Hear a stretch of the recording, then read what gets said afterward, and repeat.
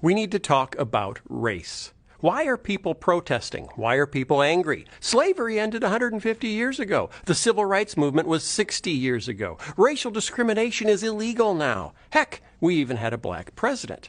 So why are people still upset? We're going to go through history and we're going to look at some data. And we're going to go quickly so this video doesn't get too long. So, hang on. These are two households in America. One is black, the other is white. Today, the average black household has 60% of the income of the average white household, but only 1/10 of the household wealth. Why does that matter? Well, household wealth helps send kids to school, helps launch small businesses, stabilizes loss of income, and helps families survive catastrophic events like divorce or unemployment. What's amazing about this number is that there are lots of extremely wealthy African Americans, movie stars, pop stars, 75% of the NBA, 70% of the NFL, Oprah, Tyler Perry, Ben Carson, Morgan Freeman, and there are a lot of extremely poor white families. Think of Appalachia and other parts of rural America. But even when we factor all that in, the average black household still has only 1/10 the wealth of the average white household. How did that happen? Well, here we go. What happened after we freed the slaves, after the Civil War ended?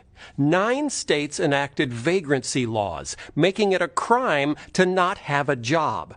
The law was applied only to black men.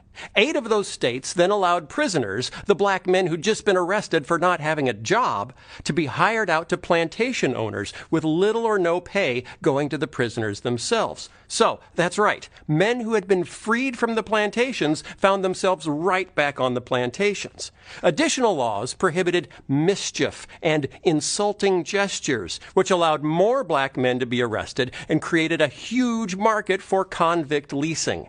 Working conditions for these leased convicts could be worse than slavery because the plantation owner leasing the black prisoner had no long-term interest in his well-being. By the turn of the 20th century, every state in the South had mandated racial segregation by law, Jim Crow laws, which supported a social ostracism for blacks that extended to schools, churches, housing, jobs, restrooms, hotels and restaurants, hospitals, prisons, funeral homes, morgues, and cemeteries. White politicians competed with each other to be more strict and specific on segregation. For example, a law prohibiting blacks and whites from playing chess together. No interracial chess playing. That might lead to lawn darts. In 1896, the Supreme Court ruled that these Jim Crow laws were perfectly legal because they, quote, reflected customs and traditions and, quote, preserved public peace and good order. These laws stayed in place until 1954, when the idea of separate but equal was struck down in the ruling known as Brown versus Board of Education. So what happened next after Brown? Well, in 1956, the Southern Manifesto was signed by 101 out of 128 Congress members from the South, pledging to maintain Jim Crow by all means possible. 5 states passed nearly 50 new Jim Crow laws after 1954. Private whites-only schools, dubbed segregation academies, popped up all across the South, many of them Christian. But now widespread civil rights protests, combined with anti-war protests that were occasionally becoming violent, inspired the political rise of law and order rhetoric. Richard Nixon became the first candidate to campaign specifically on a platform of law and order. In 1968, 81% of Americans agreed that law and order had broken down in this country, and the majority blamed communists and Negroes who start riots. Let's go back to household wealth. The average black household has 1/10 the wealth of the average white household. Why is that? Because the number one source of intergenerational wealth in America is home ownership. And from the 1930s to well into the 1960s, the federal government enacted policies to actively encourage white families to own homes and discourage black families from doing the same. In 1934, the Federal Housing Administration created a risk rating system to determine which neighborhoods were safe investment for federally backed mortgages. Black neighborhoods were deemed too risky, marked off in maps with red ink, in a practice now known as redlining.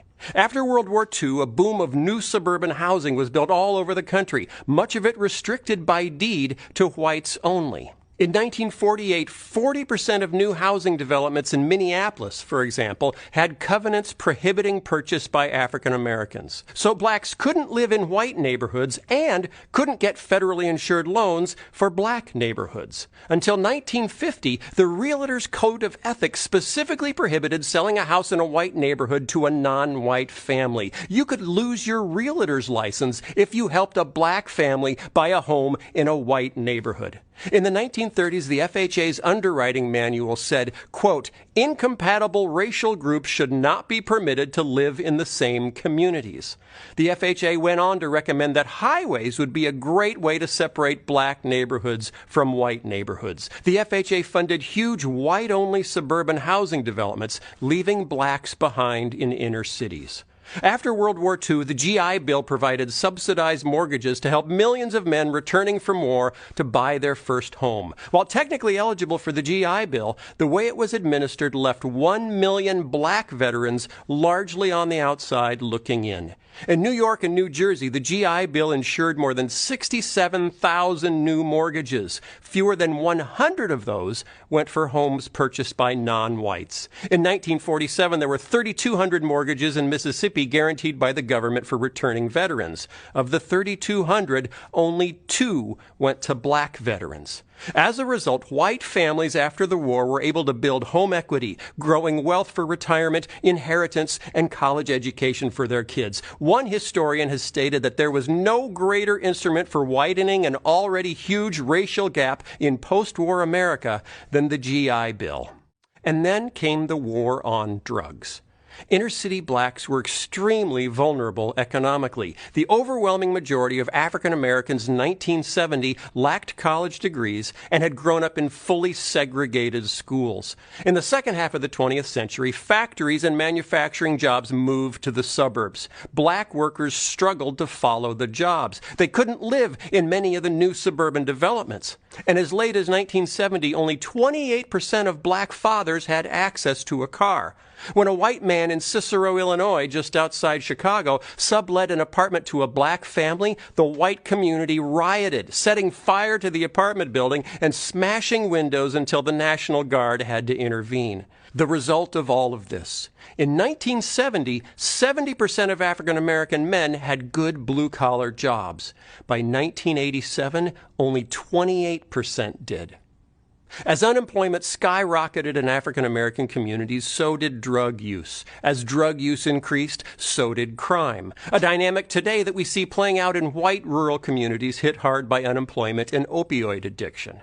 Throughout the 1970s, white America became increasingly concerned by images of black violence shown on TV and in magazines. Drugs were the problem. Drug dealers and drug users were the enemy. So we decided to treat the drug epidemic not as a health crisis, but as a crisis of criminality, and we militarized our response. During the Reagan-Bush years from 1981 to 1991, how we invested money in anti-drug allocation completely changed. The anti-drug budget for the Department of Defense went from $33 million in 1981 to more than $1 billion in 1991. The Drug Enforcement Agency's budget to fight criminality and drug use went from $86 million to more than $1 billion. Then we came to the 1986 Anti-Drug Abuse Act, which carried mandatory minimum sentences, much harsher for the distribution of crack cocaine, which was associated with blacks, than powder cocaine, which was associated with whites. Mandated evictions from public housing for any tenant who permitted drug-related criminal activity to occur on or near premises. It eliminated many government benefits, including student loans, for anyone convicted of a drug crime. The 1988 revision set a 5-year minimum sentence for possessing any amount of crack cocaine, even if there was no intent to distribute. Previously, it had been a 1-year maximum sentence for possessing any amount of any drug without the intent to distribute. Now, it might seem like we're picking on Republicans, so now it's time to pick on some Democrats. During the Clinton presidency, the funding for public housing was cut by $17 billion. At the same time, the funding for prisons increased by $19 billion. The number of Americans imprisoned for drug crimes exploded. In 1980, there were 41,000 Americans imprisoned for drug crimes. Today, there are more than 500,000, more than the entire 1980 prison population. Most arrests are for possession. In 2005, 80% of the arrests were for possessing drugs, not selling drugs. In a bizarre twist, we also militarized our police forces. Between 1997 and 1999, the Pentagon handled 3.4 million orders for military equipment from more than 11,000 police agencies, including 253 aircraft, including Black Hawk and Huey helicopters, 7,800 M16 rifles, 181 grenade launchers for the police, 8,000 bulletproof helmets, 1,200 night vision goggles. We also changed policing tactics. A no-knock entry is when a SWAT team literally breaks down your door or smashes in through the windows, like in E.T. when the cops come flying in from every direction looking for E.T. So back to Minneapolis. In 1986, Minneapolis SWAT teams performed no-knock entries 35 times. 10 years later, in 1996, they performed no-knock entries 700 times. That's 2 every day. There were financial incentives for arresting more drug users. Federal grants to local police departments were tied to the number of drug arrests. Research suggests the huge surge in arrests from increased drug enforcement was due more to budget incentives than to actual increases in drug use. So what was the result? An explosion of our prison population. In 25 years, the U.S. prison population went from 350,000 to over 2.3 million. The United States now has the highest rate of incarceration in the world. We imprison a higher percentage of our black population than South Africa ever did during apartheid. Data shows that the increased prison population was driven primarily by changes in sentencing policy. There was no visible connection between higher incarceration rates and higher violent crime rates. If you are a drug felon, you are barred from public housing. You are ineligible for food stamps. You're forced to check the box on employment applications marking yourself as a convicted felon. A criminal record has been shown to reduce the likelihood of getting a callback or job offer by as much as 50%. The negative impact of a criminal record for an African American job applicant is twice as large as for a white applicant. In 2006, 1 in 106 white men was behind bars. For black men, it was 1 in 14. For black men between the age of 20 and 35, the age where families are built, it's 1 in 9. Overall, African Americans and white Americans use drugs at roughly the same rate, but the imprisonment rate of African Americans for drug charges is almost 6 times that of whites. It may be true that there isn't explicit racism in our legal system anymore, but it doesn't mean justice is blind. A law in Georgia permitted prosecutors to seek life imprisonment for a second drug offense. Over the period of the study, this law was used against 1% of white second-time offenders and 16% of black second-time offenders. As a result, 98% of prisoners serving life sentences under this law were black. Study: African American youth in the U.S. make up 16% of all youth, but 28% of all juvenile arrests, 35% of youth sent to adult court instead of juvenile court, and 58% of youth admitted to adult state prison. Study: blacks on the New Jersey Turnpike make up 15% of all drivers, but 42% of all stops by police and 73% of all arrests. Among all drivers stopped, white drivers were 2 times more likely than black drivers to be carrying drugs. Study: Volusia County, Florida. 5% of drivers were black or Latino, but 80% of drivers stopped were black or Latino. Study: Oakland, California. Black drivers are twice as likely as white drivers to be stopped and 3 times more likely to be searched. In Minneapolis, Philando Castile had been pulled over 49 times in 13 years, mostly for minor infractions. The 49th time he was pulled over, he was shot by the officer while sitting inside his car. He'd been pulled over for a broken taillight. Chuck Colson's organization, Prison Fellowship, recently organized a manifesto that was signed by evangelical leaders asserting that our over-reliance on incarceration fails to make us safer or restore the people and communities who have been harmed. Unconscious bias seeps into schools, too, as white teachers often assume black students are less intelligent than they actually are. A gifted student usually has to be recommended by a teacher to move to a gifted track. When a teacher is black, an equally gifted white and black student have comparable chances of being recommended. When the teacher is white, the black student's odds of being recommended are cut in half. Are white teachers racist? No. Are they affected by bias? Yes. And it affects black students every day. So where are we? The average black household has 1/10 the wealth of the average white household. This didn't happen by accident. It happened by policy.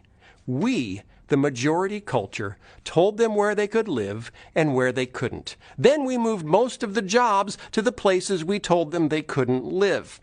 When the predictable explosion of unemployment and poverty resulted in a predictable increase in drug use and crime, we criminalized the problem. We built $19 billion of new jails and sold grenade launchers to the police. As a result, a white boy born in America today has a 1 in 23 chance of going to prison in his lifetime. For a black boy, it's 1 in 4. And that is why people are angry. Many people care deeply about these issues. Many have suggested solutions. Some of those have been tested, with results ranging from moderate success to abject failure. I'm not here to tell you what the right solutions are, because I don't know. I'm just here to ask you to do one thing. It is the thing that begins every journey to a solution for every problem. What am I asking you to do? Care.